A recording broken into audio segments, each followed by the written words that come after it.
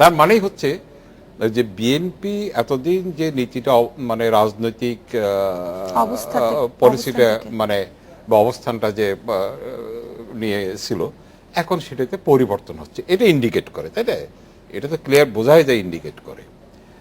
আর একটা জিনিস হচ্ছে যে মানে কিছুদিন আগে, বেশ কিছুদিন আগে আপনি খেয়াল করবেন যে তারেক রহমান সাহেব লন্ডন থেকে বলছিলেন যে ধর্মভিত্তিক রাজনীতি বিরোধিতা করে মানে কথা বলেছিলেন। সুতরাং এখানে একটা শিফটিং হচ্ছে তাদের পলিসিতে, এইটা বোঝা যায়। জি আমান ভাই, একটা বিরতি নিয়ে আপনাদের কাছে ফিরছি, একটা বিরতি নিচ্ছি বাংলাদেশ এখনই, ফিরছি একটু পরে।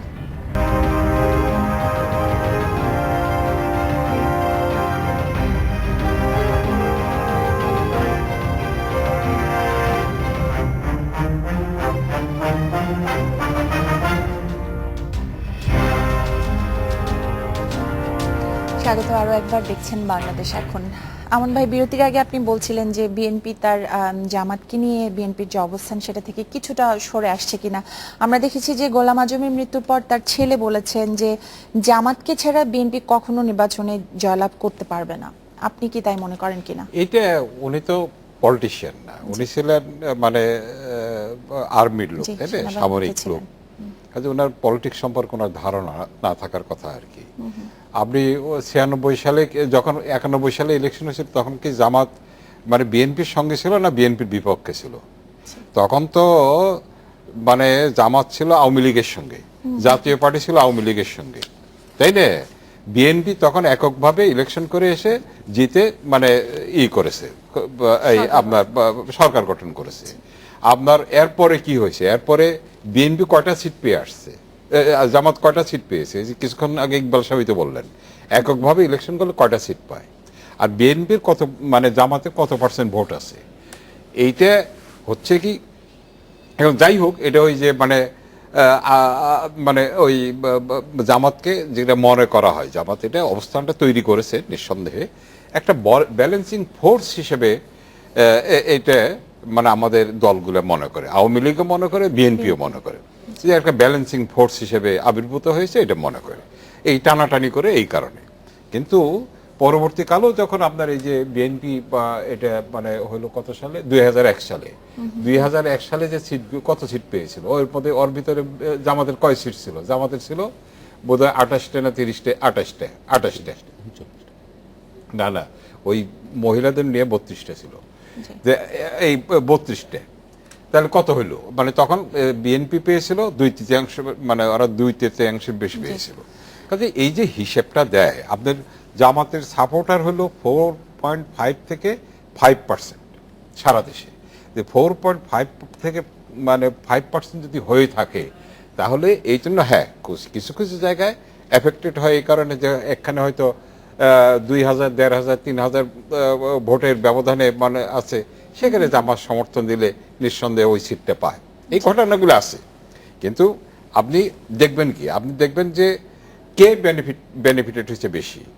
জামাত বেনিফিটেড হয়েছে বেশি না বিএনপি বেনিফিটেড হয়েছে বেশি? বিএনপি যদি এই সুবিধাটা না পায়, তাহলে বিএনপি এই এককভাবেই পারবে, বিএনপি এককভাবে ইলেকশন এই করে বিষয়টা কি এককভাবে বিএনপির বুঝতে সময় লেগে যাচ্ছে কিনা? হ্যাঁ, বিএনপি এককভাবে ইলেকশন করে এককভাবেই জিতবে। আওয়ামী লীগ যদি জাতীয় পার্টি ছাড়াও ইলেকশন করে, আওয়ামী লীগও জিতবে। আওয়ামী লীগ জাতীয় পার্টির দরকার নেই, আর জাতীয় পার্টি এখন ভার্চুয়ালি এটা শেষ হয়ে গেছে, এটার কোনো অস্তিত্ব নাই। কাজে এটা কোনো নেই। আমি এখন মনে করি যদি আওয়ামী লীগ এবং যে বিএনপি প্রতিদ্বন্দ্বিতাটা হলো তাদের ভিতরে, এখন যদি জামাত বিএনপির সঙ্গে যায়, জামাত হলো বেনিফিশিয়ারি, আর জাতীয় পার্টি আওয়ামী লীগের সঙ্গে হলে আওয়ামী লীগ জাতীয় পার্টি হলো বেনিফিশিয়ারি। কাজে এই কথাটা যেভাবে বলা হয় ঢালাওভাবে, এটা কিন্তু ঠিক না, হিসাব নিকেশে মিলে না। আমি একটু ক্লারিফিকেশন দিতে চাই। আমানুল্লাহ কবির সাহেব বলেছেন 1991 সালে নির্বাচনে, আমাদের নিশ্চয়ই স্মরণ আছে যে 1990 সালে যে এরশাদ বিরোধী আন্দোলন হয়েছিল, তখন তিন জোট যুগপৎভাবে আন্দোলন করেছিল। একদিকে আওয়ামী লীগ, একদিকে জামাতে ইসলামী, এবং আরেকদিকে বিএনপি। 1991 সালে নির্বাচনে এটা কিন্তু আমার কথা নয়, এটা তথ্য, সেটি হলো যে 200 সিটের জামাতে ইসলাম ইলেকশনের ঠিক আগে তারা প্রত্যাহার করে নিলেন। এমনকি যে ঢাকার যে মতিঝিলের যে সিটটি ছিল, তখনকার জামাতে ইসলামের যে আমির ছিলেন আব্বাস সাহেব, মাওলানা আব্বাস সাহেব, তিনি সিটটি ছেড়ে দিলেন এই মির্জা আব্বাসের কাছে, অর্থাৎ বিএনপির ক্যান্ডিডেট। এবং পরবর্তীতে নির্বাচন হওয়ার পরে বিএনপি তখন বোধহয় 20টি রিজার্ভ সিট ছিল মহিলাদের, সেখানে 2টো সিট তারা ছেড়ে দিয়েছিলেন জামাতকে বিনা প্রতিদ্বন্দ্বিতায়।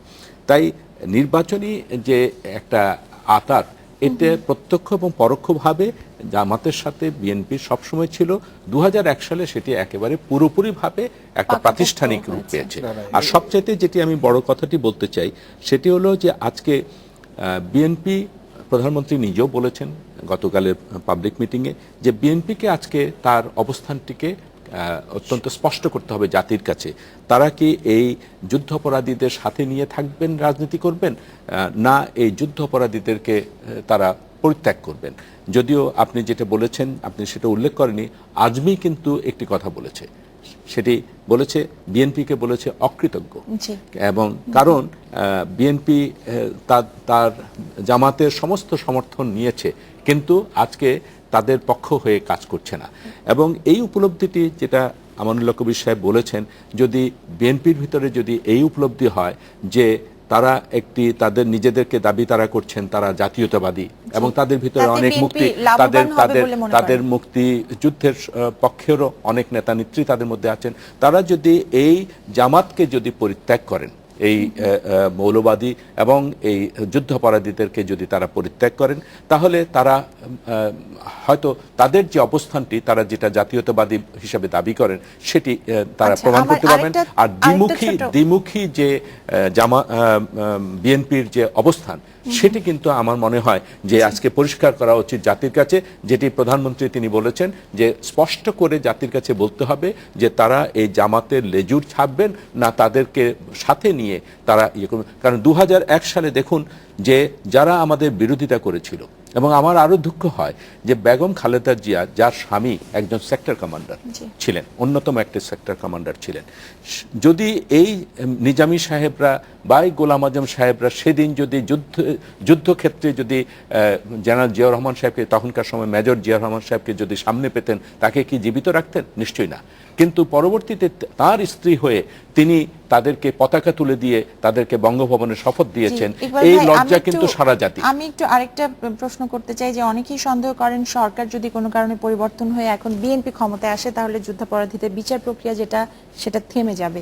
এখন যে প্রক্রিয়া চলছে, এখন যে পরিস্থিতি চলছে, এই পরিস্থিতিতে যুদ্ধাপরাধীদের বিচার নিয়ে সবার মনে যে পুরো বাংলাদেশের যে এখন অবস্থা তৈরি হয়েছে, এই পরিস্থিতিতে বিএনপির পক্ষে এটা কতটুকু সম্ভব হবে? আমি তো মনে করি যে সরকার তো আরো 4 বছর আছে, সেই 4 বছরে এই বিচার তো শেষই হয়ে যাবে। কারণ এই যাদের যুদ্ধ অপরাধ করেছে এবং জাতির প্রত্যাশা হলো।